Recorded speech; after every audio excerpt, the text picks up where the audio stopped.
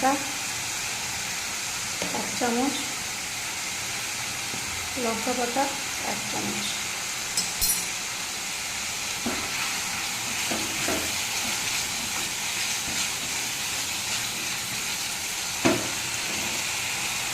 কষবো। এবার দেব নুন 1 চামচের মতো, হলুদ 1 চামচের সামান্য একটু, জিরার গুঁড়ো, ধনে গুঁড়ো দিয়ে কষবো। কষে গেছে মশলা, এবার জল দেব।